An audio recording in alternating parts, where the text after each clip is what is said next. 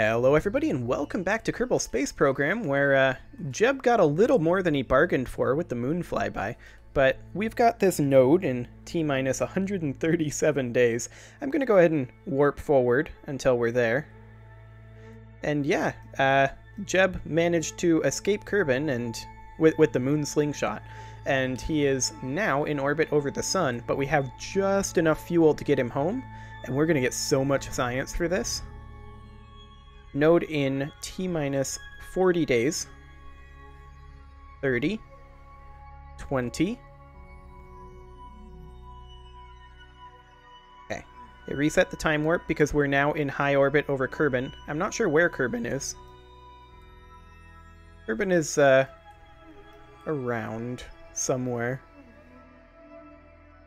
I don't strictly speaking see it right now, but I'm sure Jeb will be happy to be home. Okay, we've still got 12 days. 10. 4. 3. 2. Okay, 1 day. And let's just continue warping here. We're going to want to be retrograde, I believe. I think it's going to be a pure retrograde burn. Right? We can look at our maneuver mode.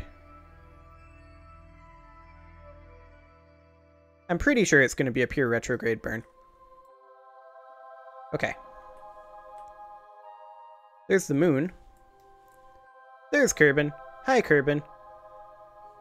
Nice to see you. Looks like it's not actually pure retrograde. Well, we've still got 24 minutes. So let's just go ahead and speed forward a little bit. Burn time of 58 seconds. So we want to start the burn at T-minus 29 seconds. And yeah, it is going to be a retrograde burn, it looks like.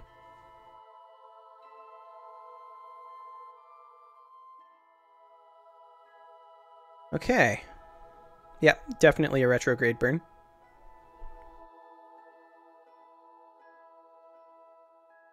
Okay, so we're going to start the burn at T-minus 29. So we're going to be starting the burn in 10, 9, 8, 7, 6, 5, 4, 3, 2, 1, mark. Okay. Let's get Jeb home. Any excess fuel, we will do a re-entry burn if we have the excess fuel.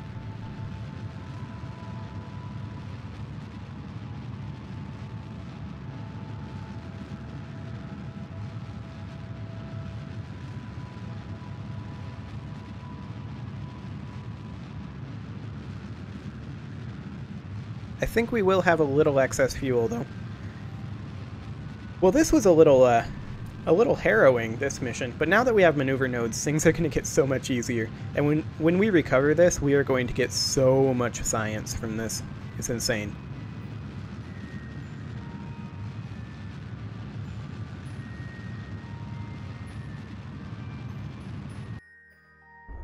Okay. 10 more meters per second. Did we get too far? I think we got too far. Let's reorient here. We don't want to be this low.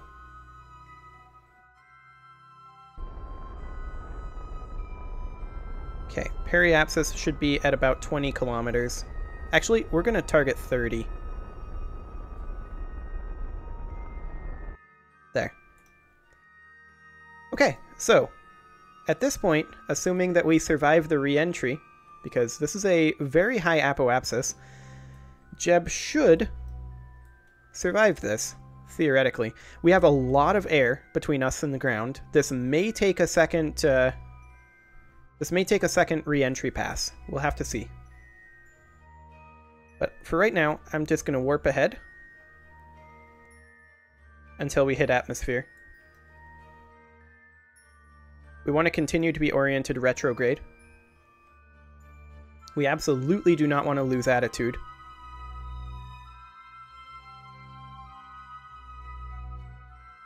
Okay. And here's atmosphere. We have 116 extra meters per second to burn. And I think I'm going to go ahead and do that now.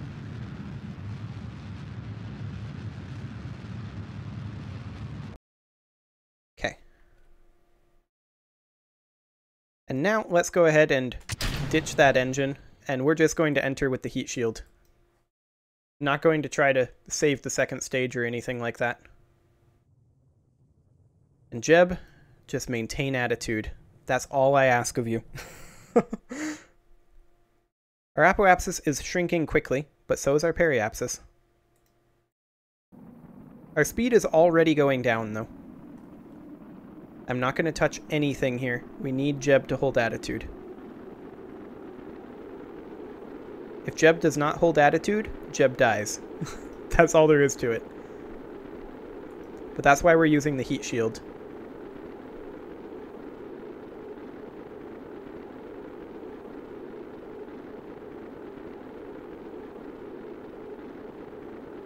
Our periapsis is down to 15 kilometers. But our time to reach is increasing. That's actually huge.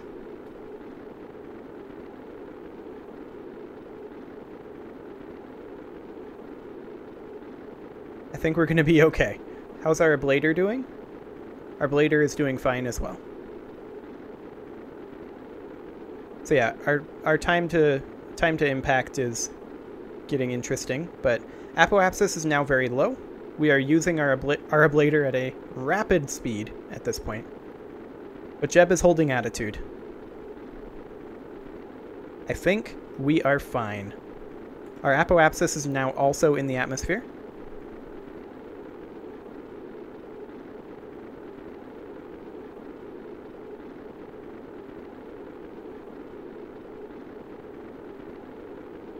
And we should be able to deploy our parachutes quite shortly. How's our ablator holding? Fine. No need to worry about our ablator.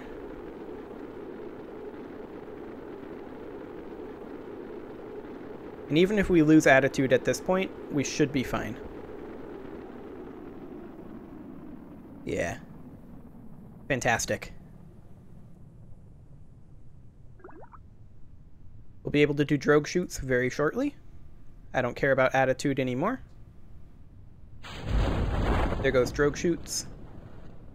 And it looks like we managed to rescue Jeb through no real heroic means. Like, he kind of rescued himself. Good job, Jeb. You did not get abandoned in space. We would have sent a mission to rescue Jeb if he had gotten abandoned in space without any extra fuel. But it wasn't necessary, ultimately.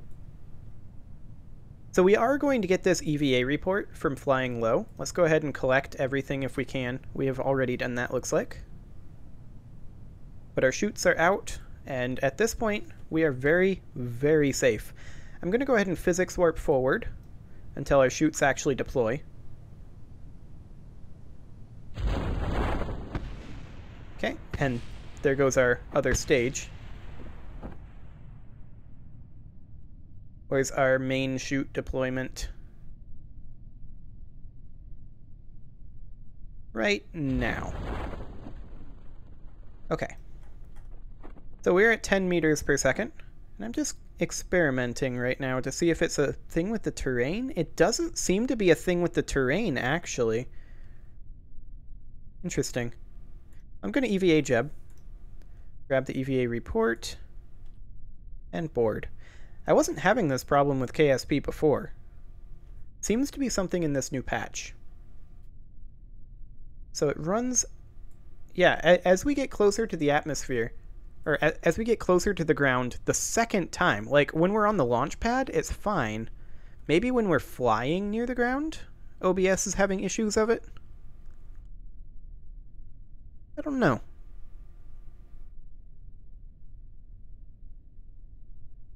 At any rate, let's just go ahead and touch down and call this a successful mission. We got a lot more done than we planned, that's for sure.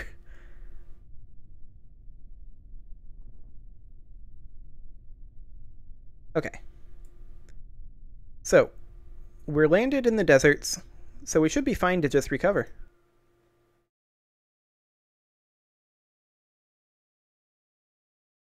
There's nothing else that we can do, so this loading screen took a while. Still taking a while. There we go. Look at all that science. That is insane. And all this funding. All because we accidentally did a flyby of the sun and managed to get home. I'll take it. Bring Moonstone back with you.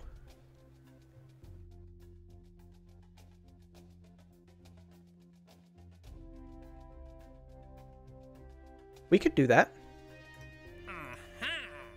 Rendezvous 2 vessels in orbit of Kerbal. We could potentially do that too. Science data from surface of moon would be a good thing to bring. Let's see. Rescue from orbit of the sun. Lol. Test a liquid fuel engine at the launch site. We can do that. Let's see, what else do we want to do? Observational surveys of the moon. I will pass on that. I don't like doing these. Let's see, anything else?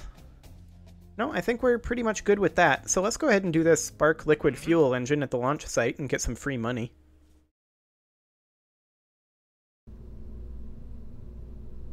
It's interesting. It didn't auto-load the flea one. Okay. So let's go ahead and do the liquid fuel engine, the Spark liquid fuel engine. Just going to place it right there.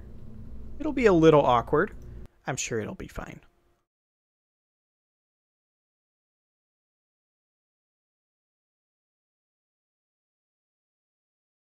If it loads. There we go. Okay, where is that liquid fuel engine? Oh, we're tipping. We're tipping. Let's put the Spark somewhere else, shall we? Clearly we can't balance on that. You know what? Let's just remove a nose cone, flip the Spark upside down, and stick the Spark there. I'm not saving this, but it's kind of a dumb thing to do. But all we need to do is run the test on the launch site, and I'm too lazy to create a new vehicle for it.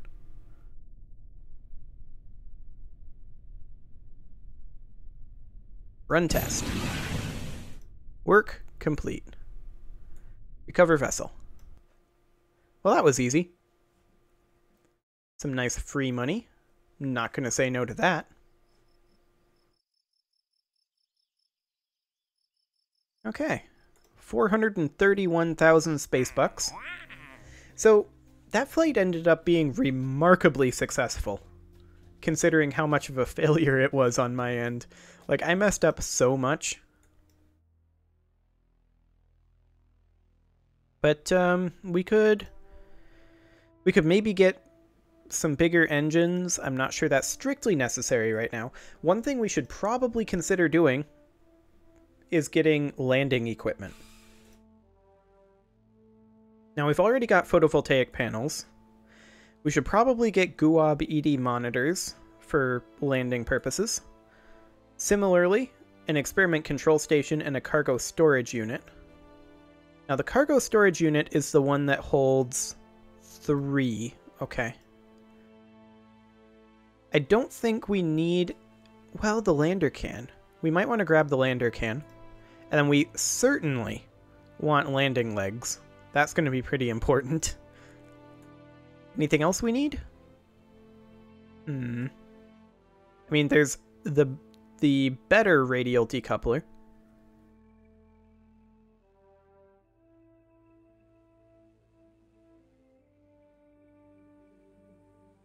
There's also a hinge and a servo in this, but I don't think we're going to be using those just yet. We might be using them in construction of the actual base. Do we want any of these engines is the question, and I don't think we need it for a moon landing. We're going to be targeting Minmus after moon, but we're going to want to set up our experiments and such on the surface of moon.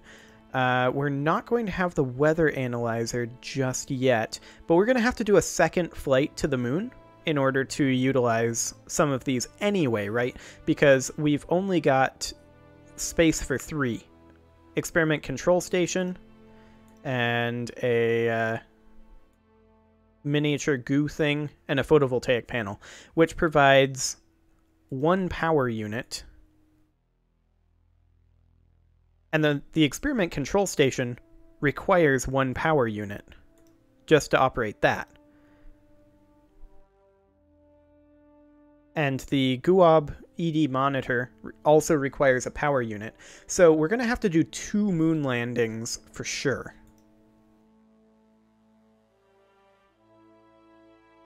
So that's something we're going to have to keep in mind. Let's see, what were the other ones here? The Communitron and the passive seismometer. Okay, so this is going to cost 300 plus 160. That's probably doable, but I think we should save our science at this point.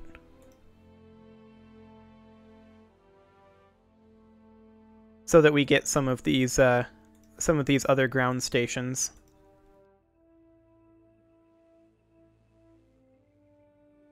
Is this a ground station too? I believe it is. Yes, it is. Okay.